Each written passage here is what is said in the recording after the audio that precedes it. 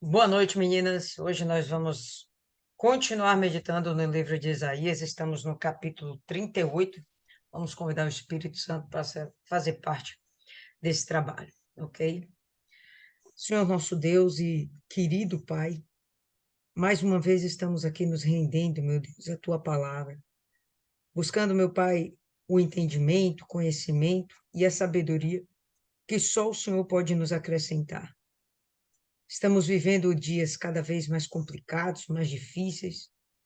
Tem sido, meu Pai, bem complicado guardar a nossa fé, guardar nosso coração, manter nosso primeiro amor aceso. Tem sido bem difícil a gente manter o nosso coração limpo, não se contaminar com as coisas desse mundo. Mas estamos buscando fazer o nosso melhor. E só estamos aqui, meu Pai, nesse nível, porque o Teu Espírito está nos guardando, Teu Espírito está nos guiando, e pedimos que o Senhor continue, meu Pai, nos dando esse privilégio de sermos habitação do Espírito Santo e de termos a sensibilidade de ouvi-lo, para continuar, meu Pai, fazendo aquilo que o Senhor aprova.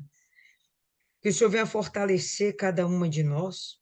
Estamos sacrificando aqui, mais uma vez, horas preciosas do nosso descanso, convívio com a família, mas sabemos, meu Deus, que estamos recebendo ou receberemos durante esses próximos minutos algo muito maior, que é a intimidade com o Senhor, intimidade com a Tua palavra. Vamos te conhecer ainda mais a fundo, saber a forma como o Senhor pensa, e diante disso tudo, meu Pai, vamos também melhorar a nossa condição humana, buscando, meu Pai, o aperfeiçoamento espiritual. Deus, que o Senhor venha nos preservar de perdermos a tua palavra. Que o Senhor não venha permitir que nada venha roubar a nossa atenção ou tirar, meu Pai, de nós aquilo que o Senhor nos preparou para essa noite. Entregamos as nossas vidas em tuas mãos, nossos lábios, nossos ouvidos, nossos olhos, para que o Senhor venha nos dar, meu Pai, o que falar, colocar dentro dos nossos ouvidos o entendimento da tua palavra e fazer com que a gente enxergue segundo os bons olhos do Senhor. Em nome do Pai, do Filho e do Espírito Santo. Amém. Graças a Deus. Graças a Deus aí, pessoal. Então vamos lá, capítulo 38, no verso 1, a gente tem algumas coisas bem interessantes aqui para discutir. É um texto que não é tão novo assim para a gente. Já meditamos em Primeira Reis, Segunda Reis, vimos alguma coisa de Crônicas e já estudamos um pouco sobre o reinado do rei Ezequias, que a gente vai ver hoje. É um pouquinho mais a respeito da vida dele, dos propósitos de Deus para com ele. Sem mais delongas, verso 1. Naqueles dias esteve Ezequias enfermo, à beira da morte. E Isaías, o profeta, o filho de Amós, veio até ele e lhe disse: Assim diz o Senhor: coloca a tua casa em ordem, pois tu morrerás e não viverás. Esse primeiro versículo, ele traz consigo uma sentença, ok? Isso não é difícil da gente perceber, fica bem claro. O que não fica, talvez, tão evidente é o porquê Deus tem essa preocupação de falar com esse rei em particular, que ele vai morrer, que ele está acometido de uma enfermidade incurável e é uma enfermidade para a morte. A gente não vai ver isso muitas vezes na Bíblia. A gente vê as pessoas morrendo, reis, anônimos, e necessariamente Deus não tem esse cuidado de dizer-lhes: olha, arruma a tua casa porque você vai morrer. Então eu fiquei aqui pensando, gostaria muito, pessoal, que vocês colaborassem comigo, que vocês pensassem junto. e vamos compartilhar aqui esses entendimentos. O que poderia motivar Deus a ser tão sincero, tão claro com Ezequias? Porque o fato dele estar com uma enfermidade, certamente estava lhe trazendo sofrimento, né? Se ele morreria dessa enfermidade, a enfermidade com certeza grave, estava cometendo alguns órgãos dele, o corpo, e isso estava sendo realmente algo sério, estava prejudicando ele em sua saúde como um todo. Mas por que Deus teve essa preocupação? Alguém saberia dizer o porquê?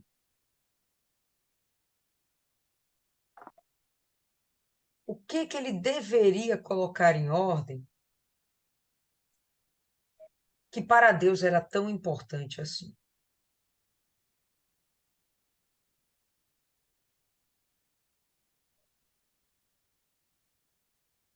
Pode participar, Isa, se você quiser. Eu fiquei aqui pensando comigo, pessoal. Quando ele chega e fala assim, arruma a tua casa, a gente poderia pensar, bom, a salvação dele pode estar comprometida e Deus quer salvá-lo. Então Deus está dando tempo a ele para que ele se conserte. Não parece, para mim, não parece que o texto fale dessa forma, né? Me parece que o que Deus quer, vai por outra vertente. Fala, Maiana. Eu penso que pela fidelidade de Ezequias, Deus deu a oportunidade a ele de não deixar a casa dele de todo jeito, mas um cuidado com o povo também, dele escolher um sucessor.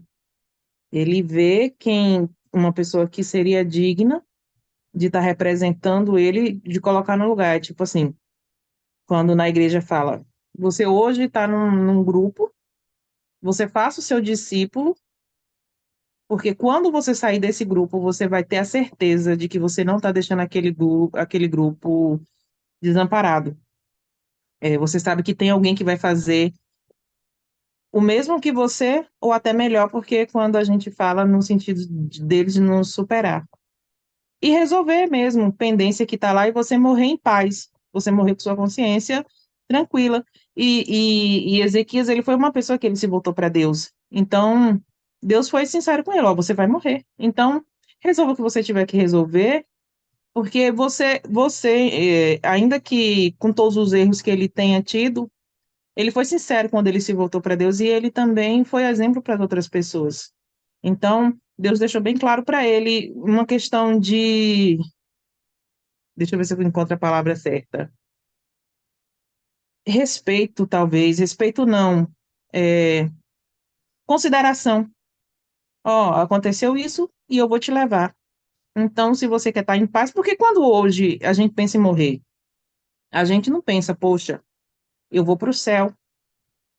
Tudo beleza. Eu penso assim, viu, gente? Eu vou ser bem sincera com vocês, pastor. Ah, se você morresse hoje, eu ia me despedir da minha família, mandar eles se converter, porque Jesus estava voltando, porque eu estava indo. Então, eu não quero morrer e saber que a minha família vai ficar aqui se perdendo. Então, eu quero morrer e saber que eles vão estar nos braços de Jesus. Embora, se a minha morte for o que vai levar eles para os braços de Jesus, estou pronto. E Deus, ele teve esse cuidado. Não, ele fez a minha vontade, ele levou o povo a me conhecer. Eu vou falar para ele o que eu vou fazer. É como se fosse um amigo, porque você só conta o que você vai fazer para quem é seu amigo. Então, Abraão, ele contava tudo para Abraão. E eu vejo que Ezequias, de certa forma, ele conseguiu essa admiração de Deus, ao ponto de Deus contar quais seriam os passos seguintes. Espera aí que a internet está travando aqui. Bem interessante essa colocação aí de Maiana. Alguém teria um algo mais a acrescentar? Fala, Isis. Engraçado. Engraçado não, eu sei que é o Espírito Santo. Eu tava pensando nisso hoje. eu vi um vídeo de um cara falando que tinha 2 anos programando uma viagem para Israel, tudo pago, estourou a guerra. E aí eu me peguei pensando em planejar o futuro, como a gente, às vezes, se preocupa em planejar o futuro e, consequentemente, planejar a morte. E eu estava pensando, eu mesmo, né, conversando com o Espírito Santo, eu estou nem aí. Minha preocupação é zero com o que vai acontecer, como que vai ficar meus bens, minha família, eu estou nem aí, eu vou morrer. Por que eu iria me preocupar com minha casa? Preocupar comigo, vou morrer, e aí? Todo mundo vai ficar aí vivo. Minha preocupação é zero.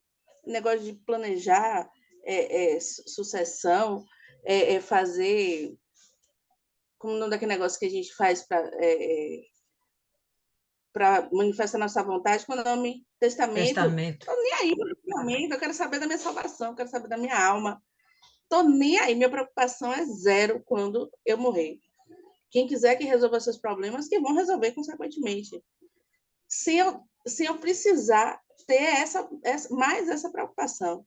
Eu acho uma maluquice. E sobre o rei Ezequias, se eu não me engano, eu estou procurando aqui, ele perguntou, mandou o profeta perguntar a Deus se ia ficar bom, se a doença era de morte. E Deus diz a ele, Deus responde a ele. Acho que não foi Deus que se preocupou, mas foi ele que perguntou. Se ele perguntou, Deus falou.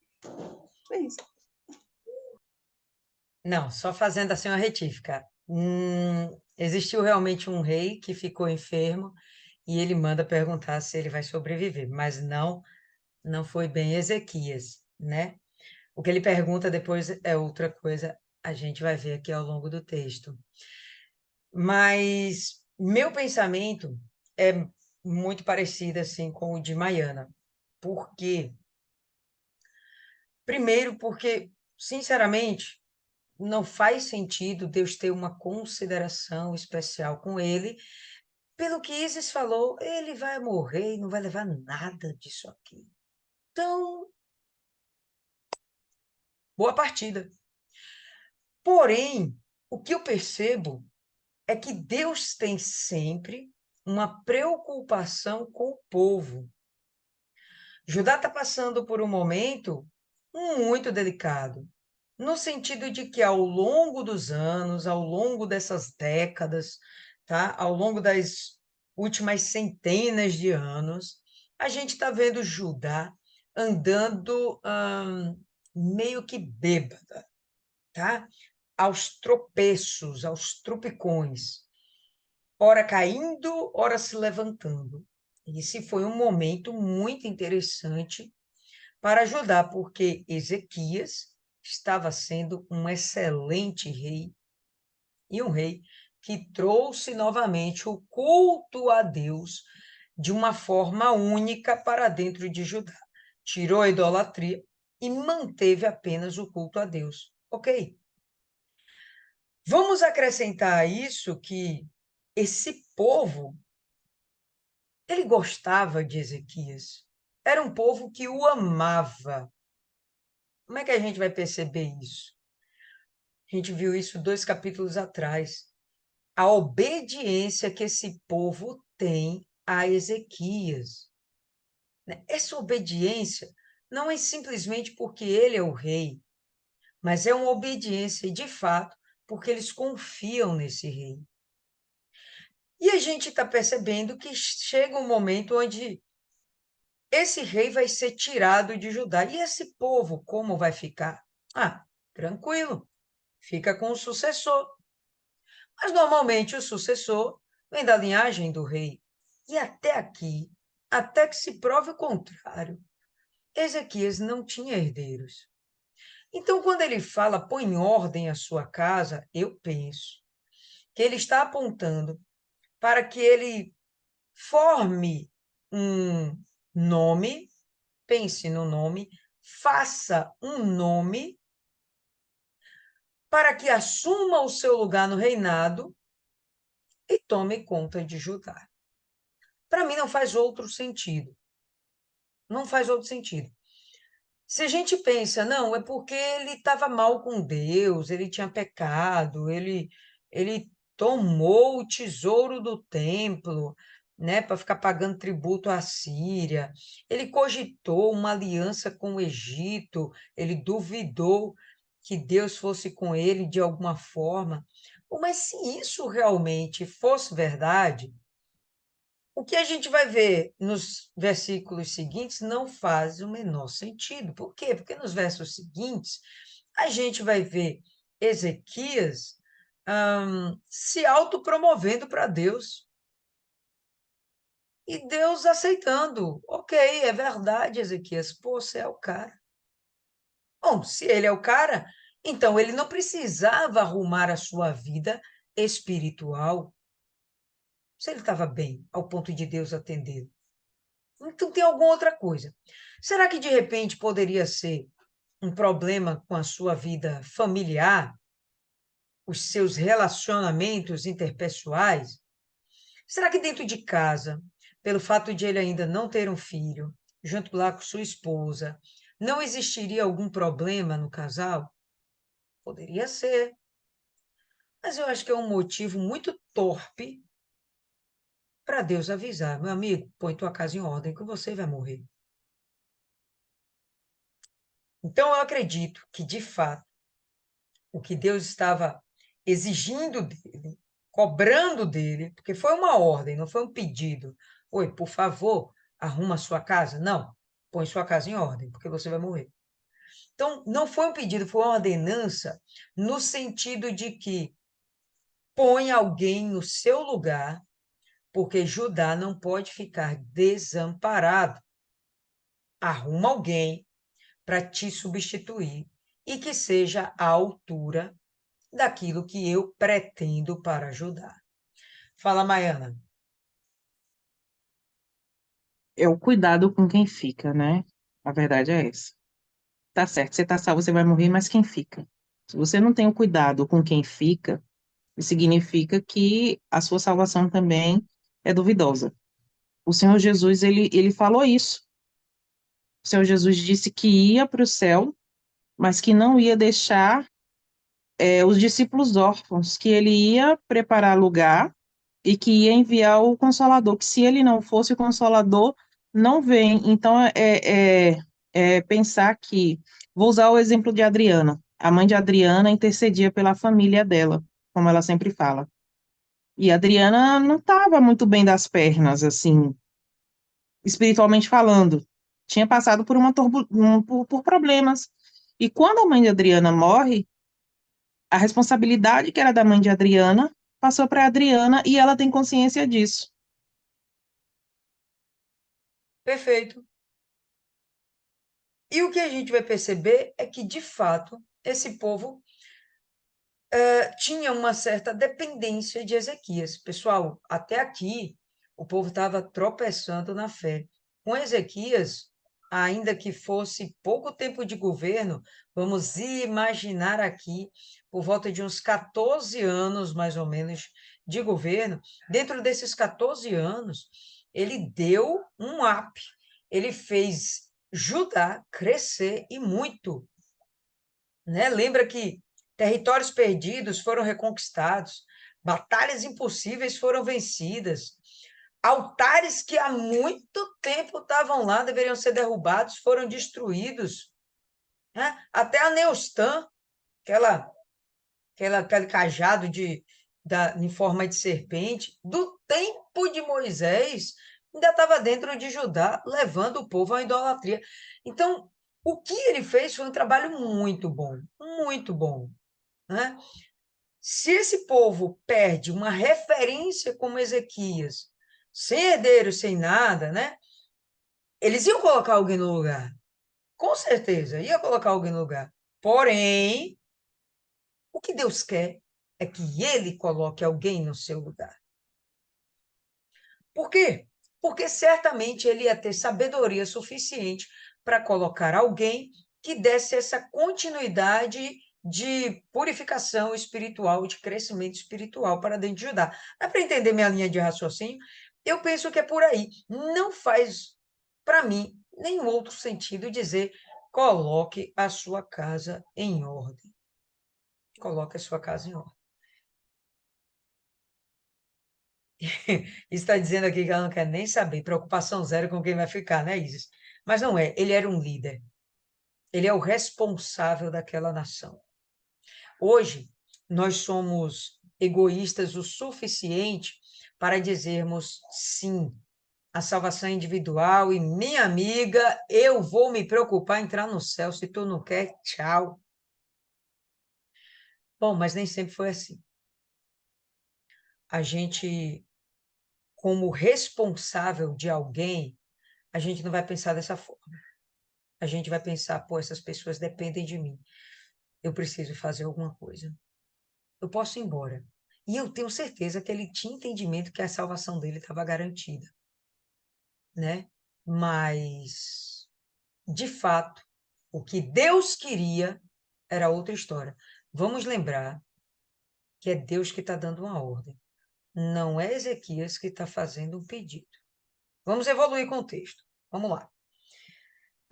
Então Ezequias virou sua face em direção ao muro, ou na sua versão pode estar a parede, e orou ao Senhor. Ele estava lá enfermo, deitado numa determinada cama, num leito, um sofá, seja lá o que for. E naquele momento que o Isaías tem a coragem e ousadia de dizer que o rei vai morrer e que isso vem da parte de Deus, a atitude de Ezequias não é contender. Me parece, simplesmente, que ele aceita. Olha só. E disse: Lembres agora, ó Senhor, eu te suplico, como eu tenho andado perante a ti em verdade e com um perfeito coração, e tenho feito o que é bom aos teus olhos.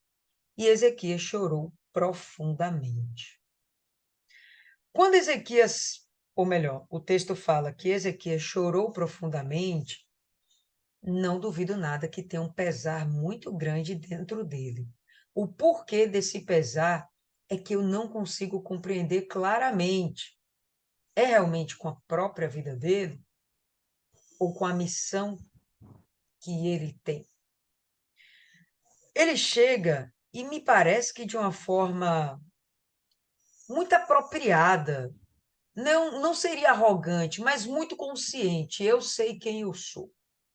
Ele chega e fala: Senhor, eu tenho andado diante de ti em verdade, com perfeito coração, tenho feito só o que é bom diante dos teus olhos. Sua versão está um pouco diferente, mas é a mesma coisa. Eu sou um excelente ser humano, tenho sido um excelente rei, eu tenho buscado a tua face, me fala onde eu pequei. E até onde eu pequei eu já me arrependi, tá, Senhor? Eu não imagino o que ele está pedindo para continuar vivendo. Não imagino. Por que eu não imagino? Pelo seguinte. Abra aí em Números, no capítulo 23. Estamos falando de um homem que passou a buscar a face do Senhor, sem sombra de dúvidas, o passatempo dele era meditar nas Escrituras, ouvir a pregação das Escrituras. Então, vê aí, Números, capítulo 23, no verso 19. Olha só o que a gente tem. Deus não é homem para que minta, nem filho do homem para que se arrependa. Porventura, tendo ele dito, não fará? Ou tendo falado, não realizará? Então, o que eu quero chegar? Onde eu quero chegar com isso? É que Ezequias, ele tinha plena consciência de que a palavra que saiu da boca de Deus não ia voltar atrás. Então, ele sabia que ele ia morrer. Ele tinha essa consciência, não, eu vou morrer. Não me parece que ele suplica por tempo de vida. Não me parece. Se vocês discordarem, bota aí seu contraponto. Enquanto isso, abre no livro de Jó, no capítulo 14 agora.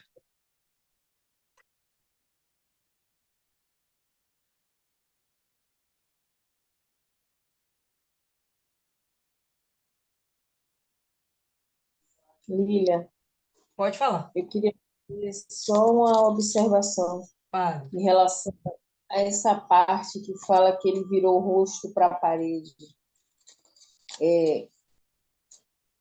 Um dia desses, no horário de meio-dia, né, que eu estou indo ao tempo meio-dia, o pastor André estava comentando sobre essa parede.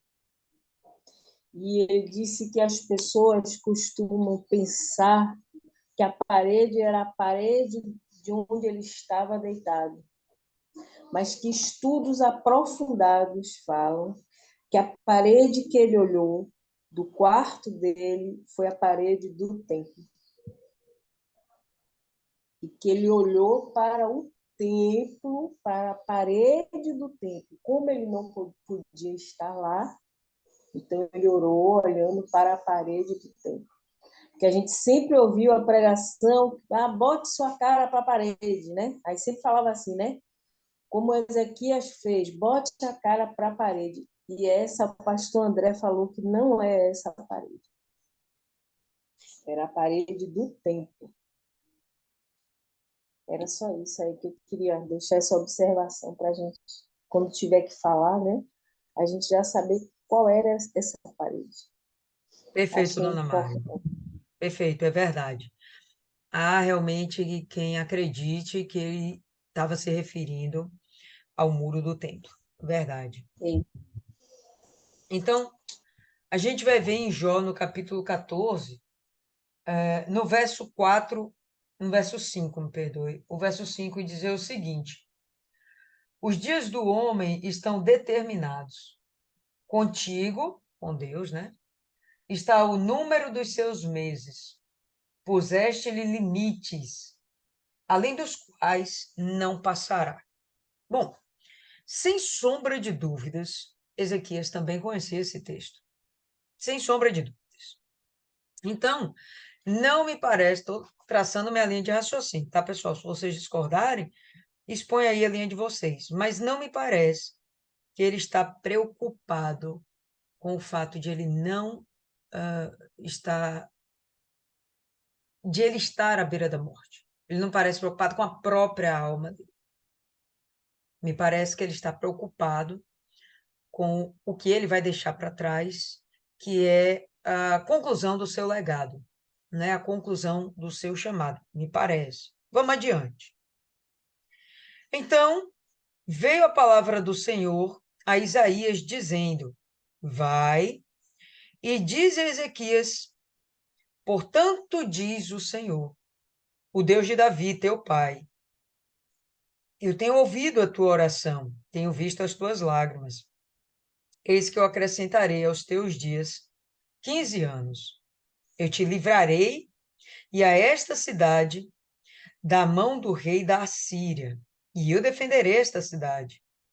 E isto será um sinal para ti, proveniente do Senhor, que o Senhor fará esta coisa que ele tem falado. E aí ele vai dizer sobre o sinal. Então, essa foi uma oração que Ezequias fez e que teve um efeito muito rápido. Aqui em Isaías é suprimido, mas no livro de Reis, em Crônicas, não lembro direito, fala que Ezequias mal saiu do palácio e Deus já tinha falado com ele: volta, volta e vai falar com Ezequias. Isaías, né, não tinha saído do palácio e Deus manda ele retornar para o quarto do rei e falar com o rei. Eu vi a tua oração. Bom, se estamos falando de uma pessoa que não está bem com Deus, não faz sentido Deus ouvir a oração e lhe acrescentar tantas bênçãos. Então, eu não acredito que ele estava mal com Deus. Então, ele estava bem com Deus, mas estava tão bem que Deus atendeu e foi de imediato. Deus viu lá, sondou o mais profundo dele, sentiu o choro, a dor que ele estava sentindo, perscrutou o mais íntimo da alma desse homem e falou com Isaías: volta. Volta, porque o que eu escrevi lá em Números eu vou agora contrapor. Eu vou voltar atrás e eu vou dar vida para esse rapaz. Eu vou dar vida a esse rapaz. E não só vou dar vida, eu vou acrescentar a ele 15 anos. 15 anos seria tempo suficiente para que ele viesse dar um herdeiro para ajudar. Seria tempo suficiente, né? Vamos lá. Aí ele continua. Eu te livrarei desta cidade, eu te livrarei e a esta cidade, né, ajudar Jerusalém, na mão do rei da Assíria, e eu defenderei esta cidade. Há quem diga que esse momento que ele está vivendo é aquele momento entre a invasão de Senaqueribe e o cerco de Jerusalém. Para mim, não faz muito sentido, porque em todos os relatos, em Reis, em Crônicas, e até mesmo aqui em Isaías, a gente não vê nenhum momento a citação de que o rei, quando estava sendo invadido, ele estava passando por uma situação de enfermidade. É estranho não ser citado em lugar algum isso. Só é citado depois. Então, o que me parece é que Deus está dizendo o seguinte: eu já te livrei uma vez e eu vou continuar mantendo esse livramento contigo. Vou preservar o seu reinado, vou preservar Jerusalém daquele que, no momento, é o maior inimigo de todas as nações. O mais perigoso, a mais perigosa nação para todas as nações, a Síria imperialista. Então, Deus ele dá essa segurança para Isaías. Não, você vai estar guardado. Faz parte da promessa que, para mim, não foi pedido em nenhum momento para Ezequias. Não foi pedido para Ezequias. Estou confundindo às vezes Isaías e Ezequias, né, pessoal? Mas quando eu errar, me corrijam aí. Tá certo? Então, o que eu acredito é que o que pode ter acontecido nesse momento é Jerusalém foi livre da invasão assíria, lembra? O anjo do Senhor veio, fez aquele milagre. Mas a gente vai ver, cadê? Deixa eu ver aqui. Segunda Reis, abra aí. Segunda Reis.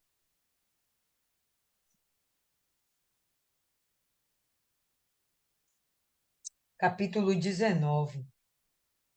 Deixa eu ver. Segunda Reis 19, no verso 37. É possível que isso aqui tenha acontecido depois dessa enfermidade de Ezequias. É possível que isso aqui tenha acontecido quando Deus realiza essa promessa, quebrando assim as forças da Assíria. O que acontece? Certo dia, não fala o tempo, mas fala que certo dia.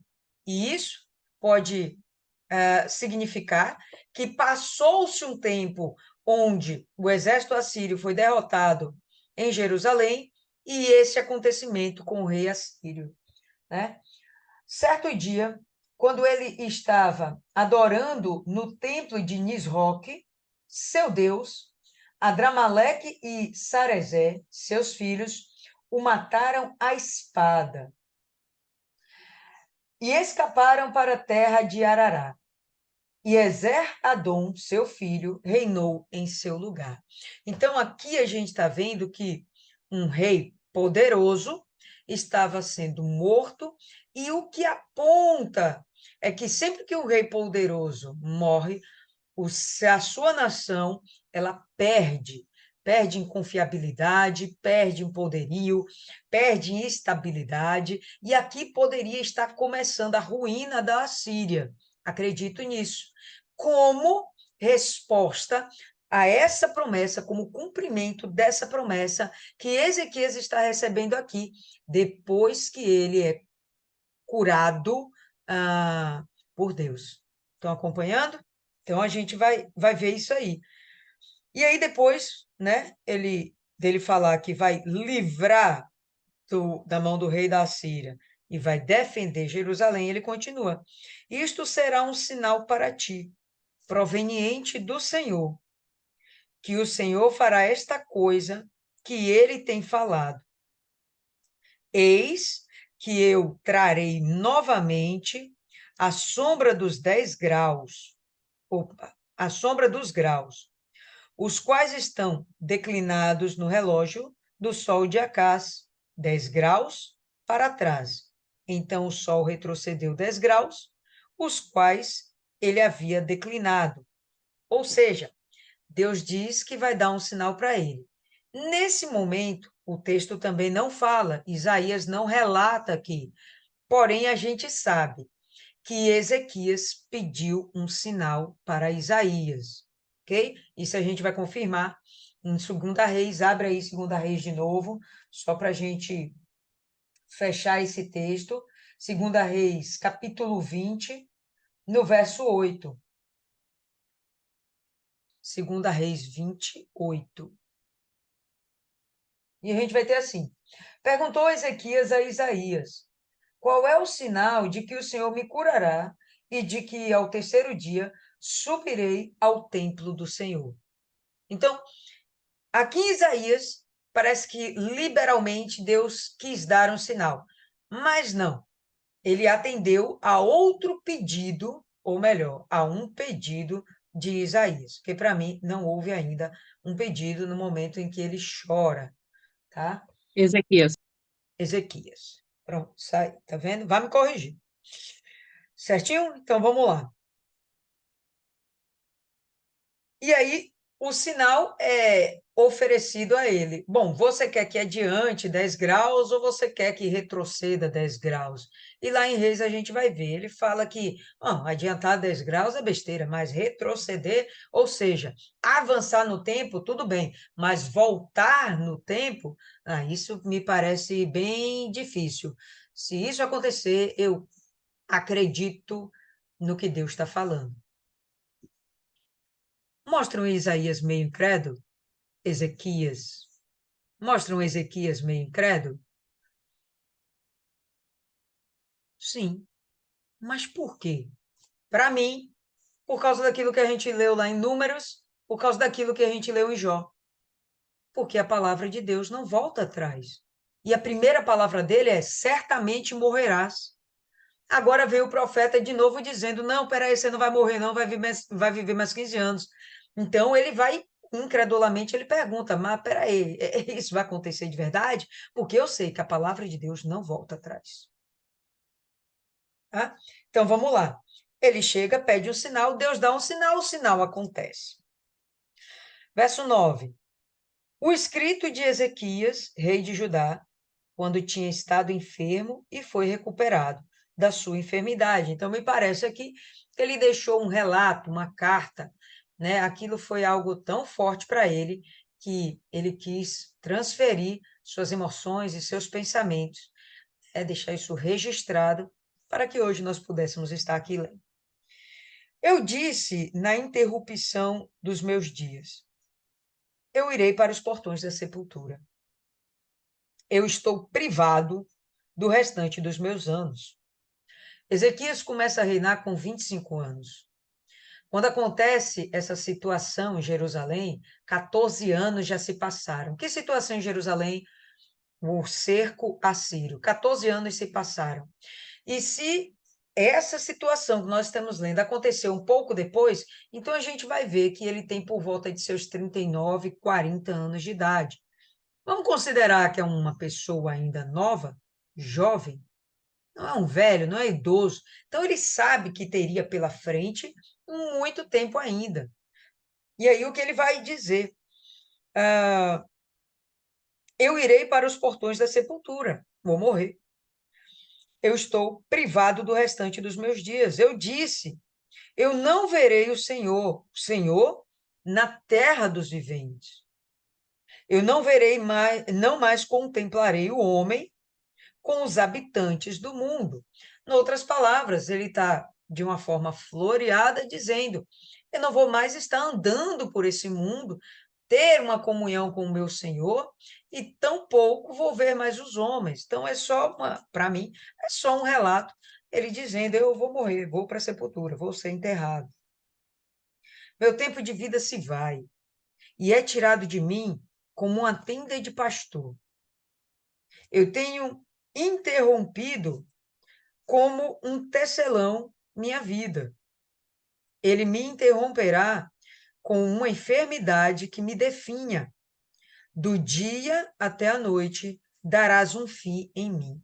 Eu penso que isso aqui, ele pensa consigo mesmo, ele está conjecturando consigo mesmo, no momento em que ele ainda não recebeu a visita de Isaías, verso 1. Isso aqui é algo que ele está vivenciando quando ele sabe que está com enfermidade severa, né? Provavelmente o médico já atendeu, já disse, o negócio aqui está complicado, rei. Né?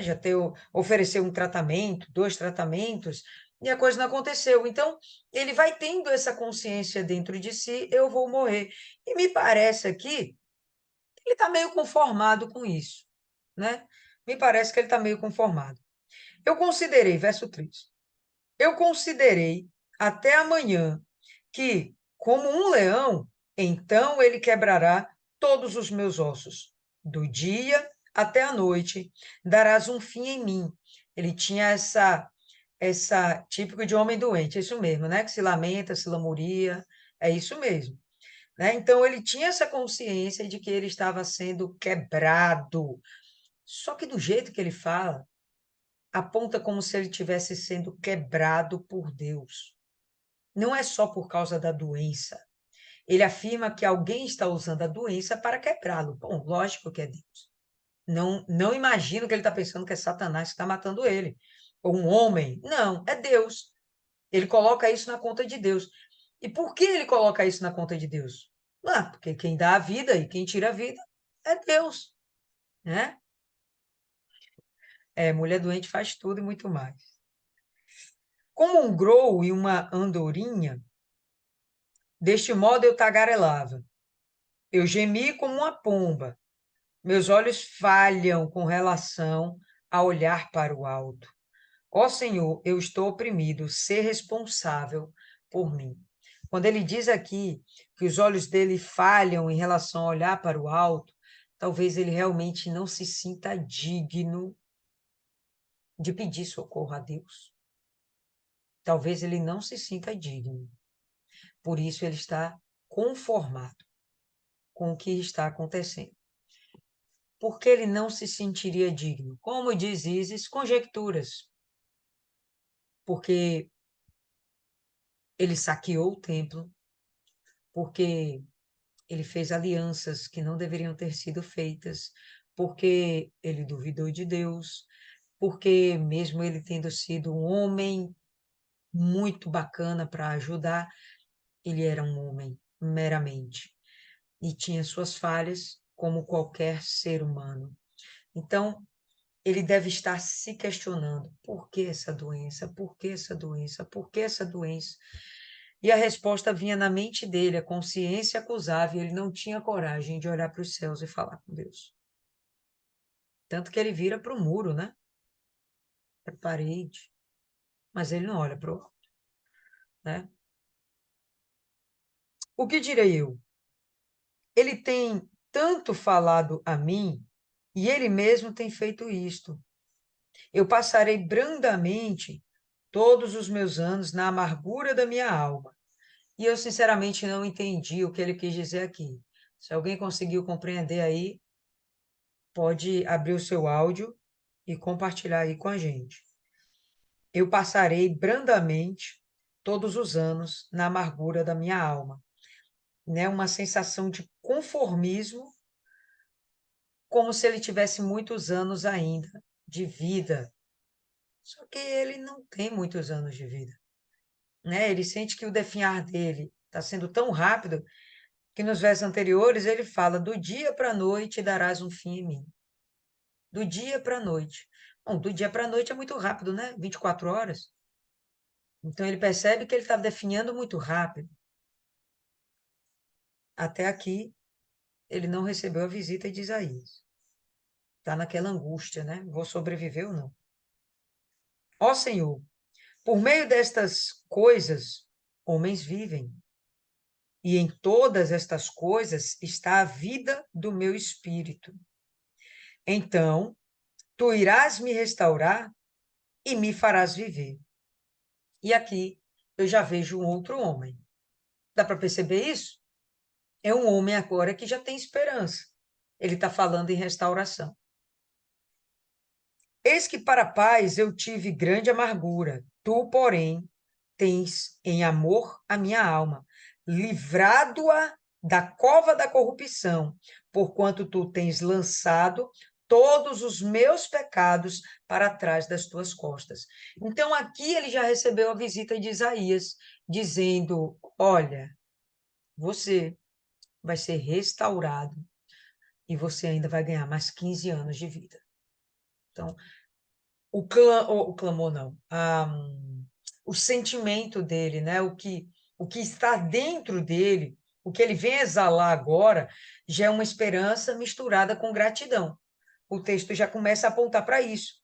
E ele reconhece que os pecados dele foram esquecidos por Deus. Então, naqueles primeiros versos, é ele lamentando consigo mesmo. Poxa, eu estou vivendo essa situação porque eu pequei. E agora ele fala: ah, mas o Senhor tem tido muito amor para comigo. Me livraste da sepultura. Porque a sepultura não pode te louvar. A morte não pode celebrar a ti. Aqueles que descem a cova não podem esperar por tua verdade. O vivente, ele te louvará, como eu faço neste dia. O Pai fará conhecida a criança tua verdade. Então, ele já coloca aqui essa situação. Se eu estiver morto, eu não posso fazer mais nada, mas eu vivo. Olha a vantagem de Deus. Eu posso continuar o meu trabalhar dentro de Judá, e, inclusive, se eu vier a ter filhos, eu vou ensiná-los a respeito do caminho do Senhor. Eu vou continuar o meu legado de que vale eu estar morto, melhor estar vivo, porque eu continuo falando do Senhor. Isso aqui lembra alguém para vocês? Para mim, me lembra Paulo, naquela inquietude dele. E aí, é melhor morrer? Melhor viver? Bom, se eu morrer, estou no lucro, vou ver o Senhor. Mas se porventura eu viver, poxa, vai ser melhor ainda, porque eu entendo que eu tenho muita coisa para fazer nessa terra.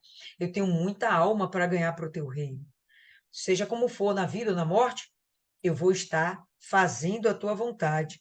E aqui o que ele está dizendo, né, Ezequias, olha, eu vivo, eu vou fazer a tua vontade, mas eu morto, eu estou tranquilo.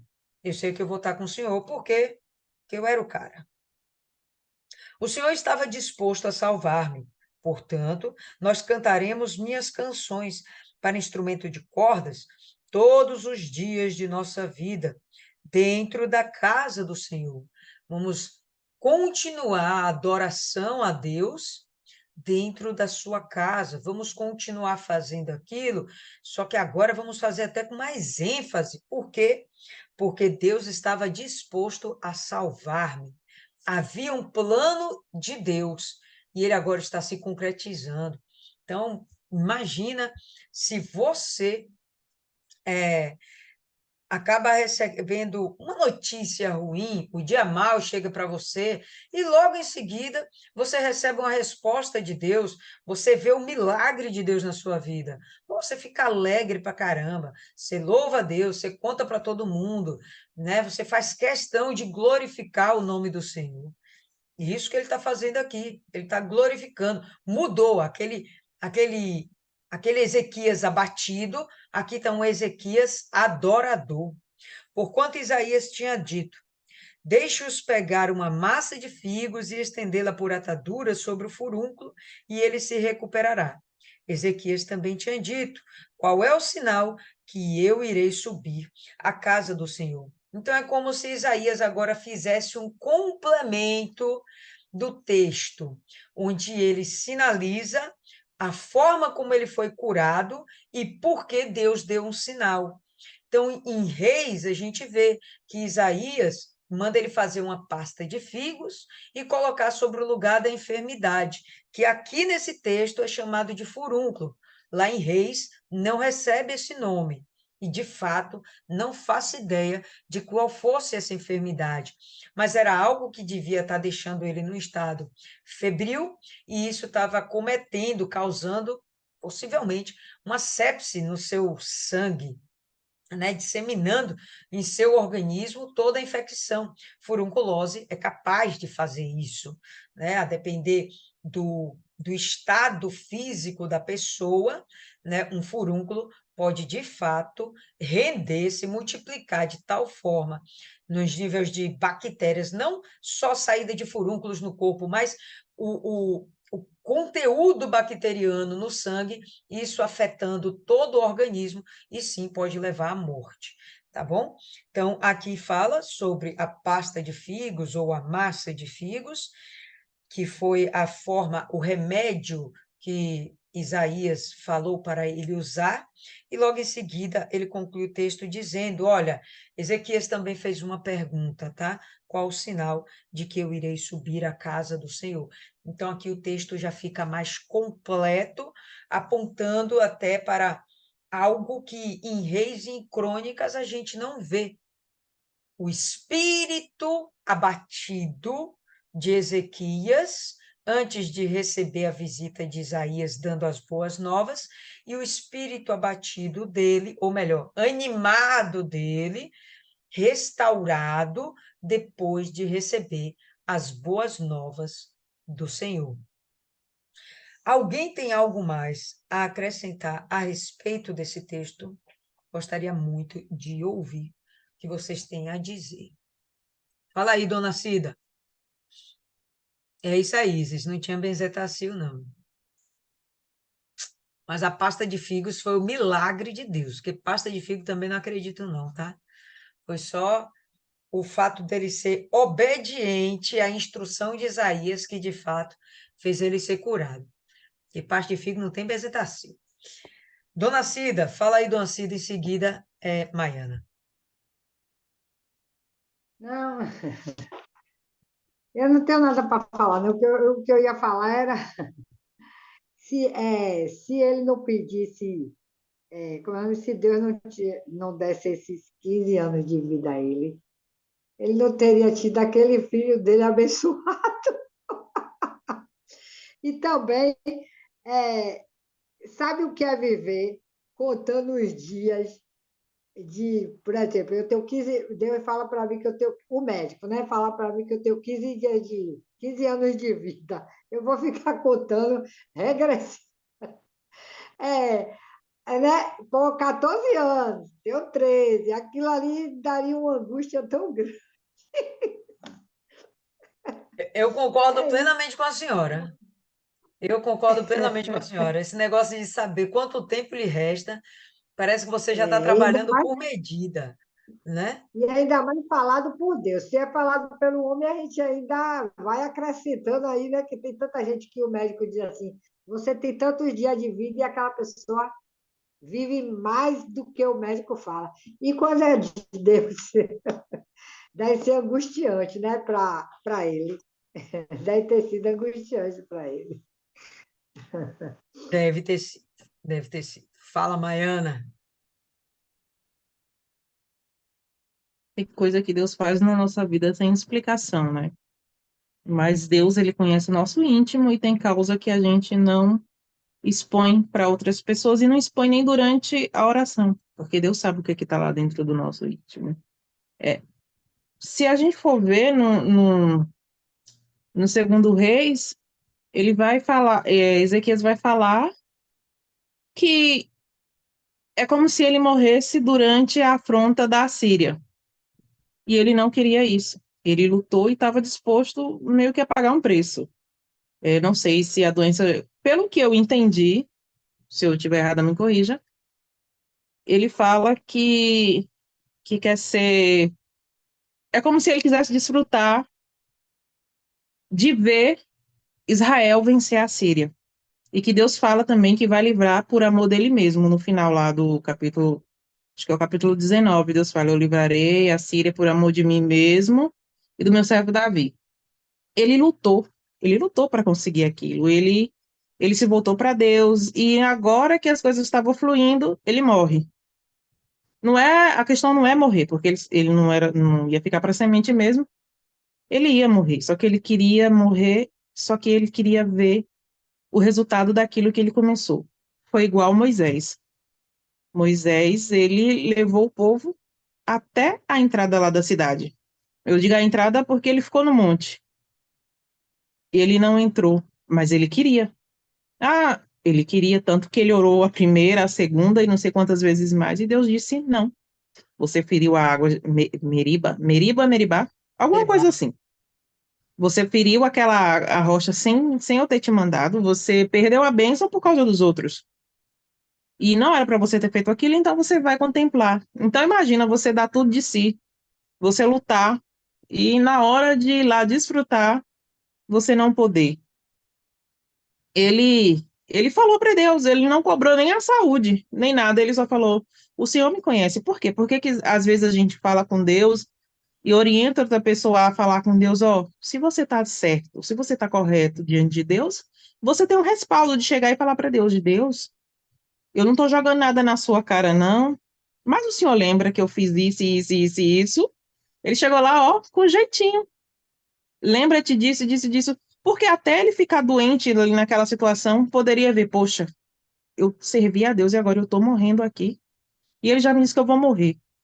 Mas eu vou ter que passar por todo esse processo? Não. Até na guerra o povo tem o tiro de misericórdia. Se eu vou morrer, me mata logo de uma vez. Eu não quero ficar, porque eu vou morrer de todo jeito. Então me mata logo. E no final ali do versículo, quando ele diz que vai cantar as músicas e o pai ensinará os filhos.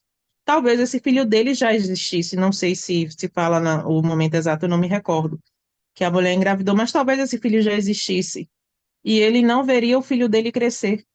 Ele não teria a oportunidade de falar de Deus para aquela criança. E ainda que tenha falado, não resolveu muita coisa, viu? Ô, menino bom dos cascudos.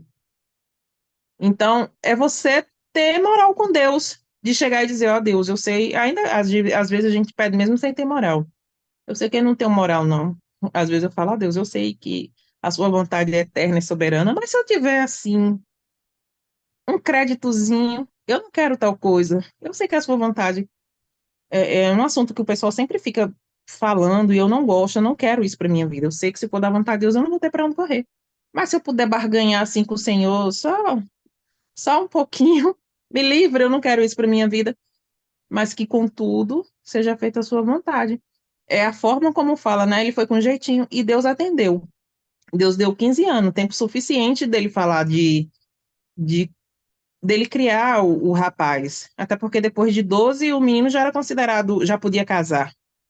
Naquela época, não é isso? Um judeu, acho que com 12 anos ele já podia ter uma esposa. Então, com 15 ele já tinha tempo suficiente de liderar o povo, de aprender aquilo. E Deus foi lá e fez isso. Ah, ele merecia, não merecia? Às vezes Deus faz isso. Hoje eu fui acordada com uma ligação. Aí a pessoa falou: mas você está em casa? Eu falei: tô. Ah, é porque eu resolvi te abençoar. Vem para minha casa que o Espírito Santo me fez lembrar de você. Eu falei: meu Deus, eu vou morrer amanhã? Eu vou morrer amanhã? Ou tá vindo alguma coisa por aí e o Senhor já está preparando os meus lombos? É melhor o Senhor me levar amanhã. Porque eu já falei de Jesus mesmo, eu já fiz o que tinha que fazer, tá todo mundo avisado. Se eu me levar amanhã, a gente tá tudo em paz. Por que que ela... Aí ela falou assim, o que me tocou foi que ela disse: eu estava aqui, o Espírito Santo me fez lembrar de você. Eu falei: gente, eu aqui dormindo sossegada e o Espírito Santo fez a pessoa lembrar de mim?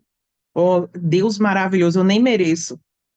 E quando ele quer fazer, ele faz, não precisa de explicação. Eu nem fui perguntar a explicação, eu fiquei nas minhas duas teses. Ou eu vou morrer amanhã, ou tá vindo coisa por aí, e eu acho, infelizmente, que vai ser coisa por aí, e que ele fortaleça os meus lombos. E não tem uma explicação. Cuidado de Deus. Deus, ele tinha um cuidado com Ezequias. Já entregou logo Foi aqui, Dona né? Mari. E aquilo me chamou a atenção, porque assim, eu não me lembro de ter feito nada para Deus. Assim, sincero, sabe? Eu não pedi isso, de dizer, ah, Deus, eu não me lembro de ter pedido isso. E Deus, quando a gente se propõe a fazer a vontade dele, como eu falei, terça-feira, eu estava parada olhando para o cara, ele veio, parou a bicicletinha dele, encostou e veio pedir ajuda. E ele disse que já passou várias vezes. E eu estava lá com minha coluna doendo, que fazia assim, ó, os nervos. Eu desci uma ladeira, que ô, ladeira dos infernos. As pernas já não queriam mais parar. Eu falei, meu Deus do céu, ainda bem que eu sou gorda. Na hora que eu cair aqui, eu vou descer rolando e vou chegar lá embaixo mais rápido. Não vou ter trabalho. Eu falei, eu vou chegar de todo jeito. E você vê que tem pessoas em situações piores do que a sua. E Deus, ele te usa. Você se coloca à disposição e Deus vai te cuidando, vai te sarando. Eu acho que o problema maior de Ezequias não era a morte, como ele me falou. Era a situação como ele ia morrer. Ele queria completar o que ele começou a fazer para Deus.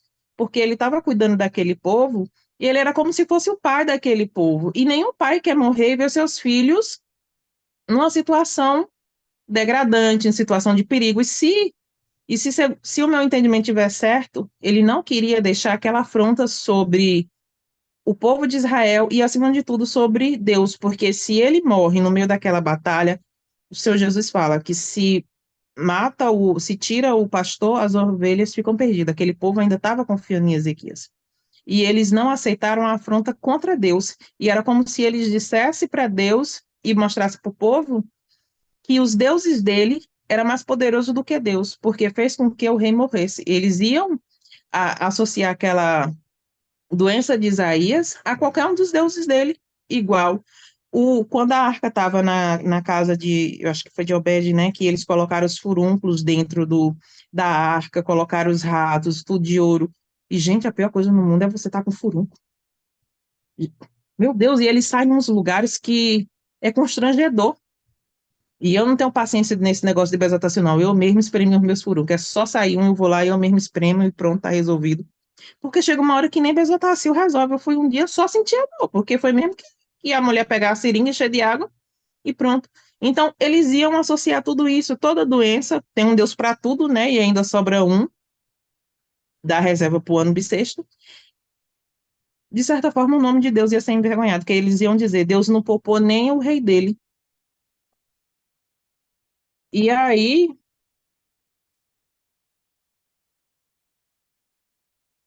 E aí, Maela caiu, internet. É, deixa ela voltar aí que eu vou fazer alguns comentários a respeito do Manassés. Fala, Isis. É, eu fiquei. Esse texto me trouxe a reflexão de algumas coisas que estão acontecendo hoje em dia. A gente viu o caso do menino que se matou. E eu me pego pensando o que faz uma pessoa desejar a morte, ansiar por ela e até tomar uma atitude para que ela aconteça mais rápido. E aí, conversando com minha defensora, ela falando que acha um absurdo quando pessoas dizem assim, ah, é falta de Deus, é falta de Deus. Dizendo que a cabeça adoece, não sei o quê. Mas no final, no, no final é falta de Deus, sim.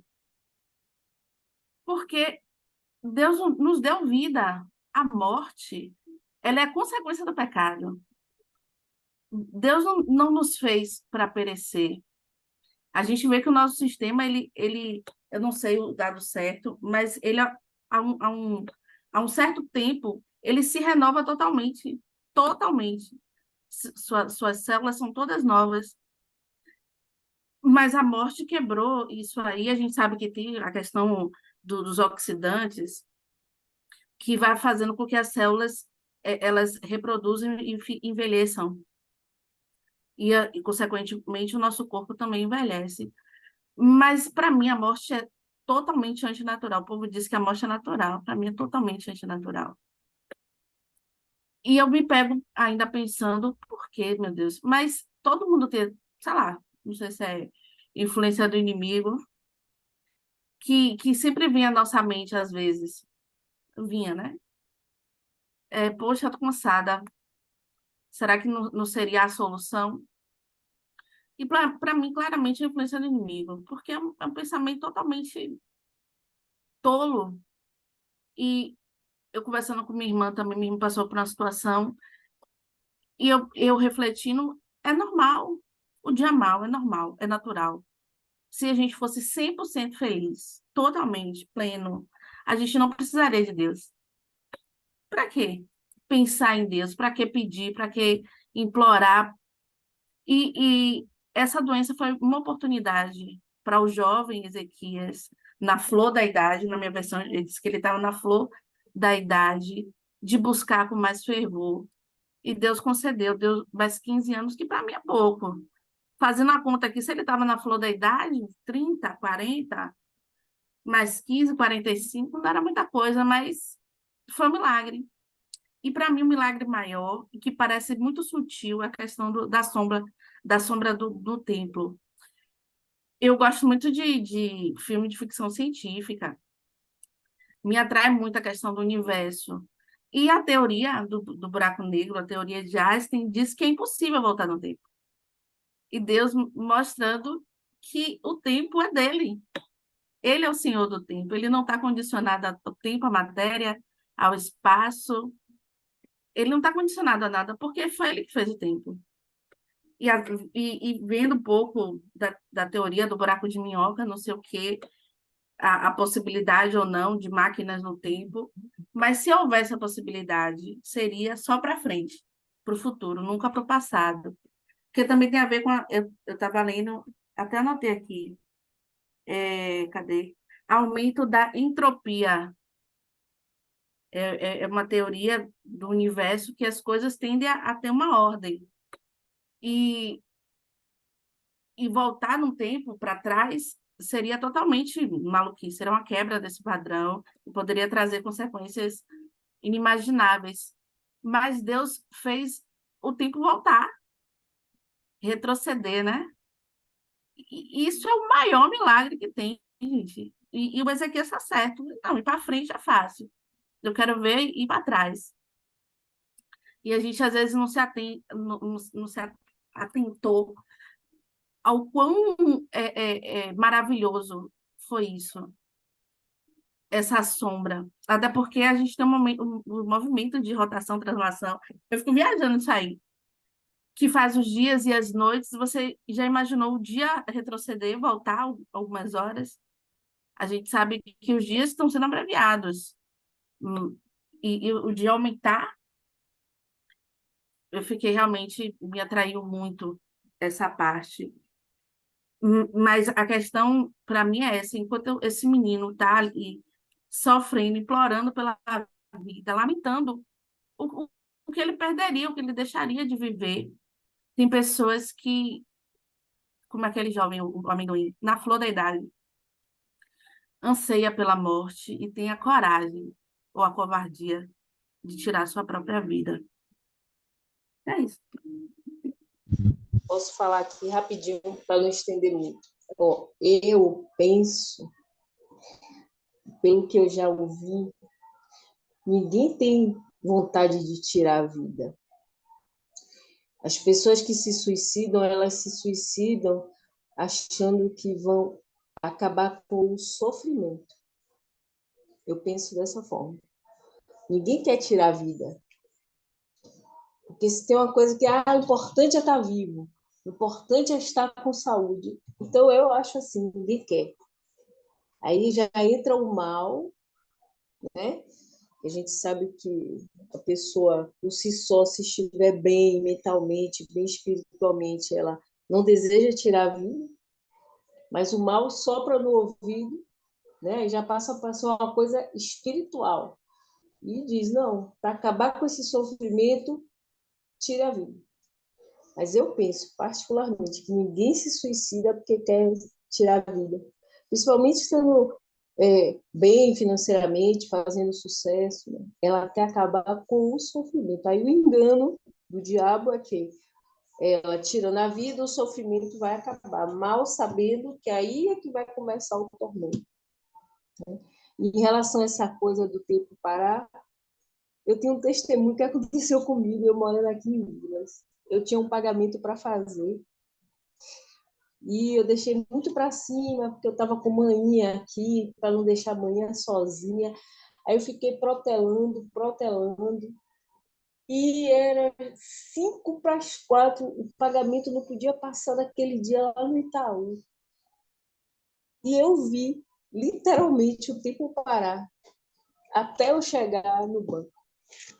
Isso é uma coisa que eu nunca contei a ninguém, porque eu fiquei com receio das pessoas acharem que eu estava maluca. Mas eu vi o tempo parar. Eu fiz, Senhor, por favor, para esse relógio, porque eu tenho que entrar nesse banco agora. Quando eu cheguei no banco, não tinha mudado o horário. Quando eu entrei no banco, demorou um pouco, rapaz, pum, fechou tudo. Eu fiz, gente, o tempo parou para mim, pela minha fé. Nunca contei isso a ninguém, porque eu pensava, as pessoas vão achar que eu estou doida. Mas eu vi isso acontecer aqui, há 7 anos atrás. Então, era isso que eu queria falar, em relação ao tempo. O Deus de ontem é o Deus de hoje.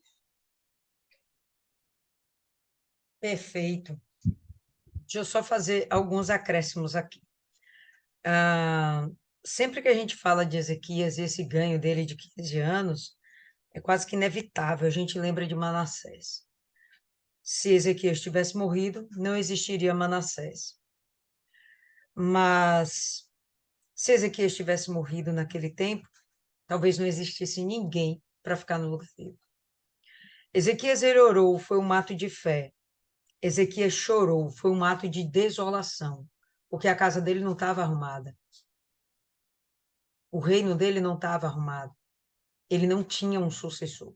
Eu penso que toda essa situação de Ezequias ter sido beneficiado foi por conta de ele não ter um sucessor. E nas entrelinhas, o que ele aponta é que ele era um cara bom, não só como um gestor, mas ele era um homem que tinha compromisso com Deus, apesar das suas falhas, mas era um homem que ele queria acertar. Ele errou, mas ele acertou mais do que errou. Pelo menos o texto aponta para isso. Ele acertou mais do que errou. Deus ele vai lá e sonda o âmago dele, o mais profundo dele, dentro daquele choro, dentro daqueles pensamentos que ele externou depois na carta que ele fez. Deus sonda e Deus muda seus pensamentos. Não tem oração que não possa ser ouvida. Avançar o tempo, isso Deus está fazendo hoje. Se ele abrevia o tempo, é porque ele acelera o tempo. Parar o tempo, como ele fez no tempo de Josué, também é interessante. Mas voltar no tempo, realmente isso é uma coisa absurda. Mas ele fez questão de transtornar todos os padrões para satisfazer a necessidade de Ezequias. Qual era a necessidade de Ezequias? Crer que realmente ele ia continuar vivendo. Depois ele escreve uma carta e diz que o pai pode ensinar sobre os caminhos do Senhor, né? O pai fará conhecida a criança a tua verdade, sendo que ele não tinha um filho. O texto diz que ele viveu mais 15 anos e quem assume o reinado é Manassés com 12 anos. Então, não, ele não tinha filhos ainda. E se considerarmos que Manassés era o seu primogênito, vamos considerar que ele ensinou a verdade para Manassés. Lília, mas Manassés governou por 55 anos e foi uma desgraça, foi uma tragédia para Judá. Concordo plenamente. Mas a gente vê que no final da vida dele, ele se voltou para o Senhor. Ele se arrependeu de todas as suas falhas e a palavra de Deus se cumpriu. Está lá em Provérbios, né? Ensina a criança o caminho que deve andar, e ainda que ele venha a ser velho, não desviará dele. O transcorrer de Manassés foi terrível. E Deus permitiu. Deus permitiu. O povo tinha que ter um outro proceder. Manassés, ele pode ter errado, mas o fato dele ter errado não significa que todo o povo foi corrompido. Não significa que todo o povo foi corrompido. E eu penso que há uma brecha, uma esperança para a gente pensar que o trabalho de Ezequias continuou dando fruto, não só pela conversão tardia do Manassés, mas porque houve ainda um remanescente de Judá. E todo o empenho de Ezequias foi manifesto, com certeza, nesse remanescente de Judá. Foram cativos? Foram, mas houve um remanescente. Ainda que eles tivessem ido para o cativeiro, eles estavam sendo tratados por Deus e não destruídos por Deus. Ainda que eles estivessem na Babilônia, eles estavam sendo guardados, eram remanescentes sendo preservados, não foi de todo destruído, e no futuro eles puderam dar origem novamente à cidade de Jerusalém, à sua tribo de Judá, e o que a gente vê hoje é que Israel, como um todo, as 12 tribos, estão se reajuntando. O trabalho de Ezequias repercute, sem sombra de dúvidas, até o dia de hoje, né? Cada um fazendo a sua parte. Então, não podemos imaginar como se era melhor que ele tivesse morrido porque não teria nascido Ezequias. Bom, ele ainda teve 15 anos para continuar falando da verdade, e o Manassés, no futuro, ele acaba se convertendo, e isso vai servir também de testemunho, de referência, né, para o remanescente de Judá. Alguém quer acrescentar algo mais?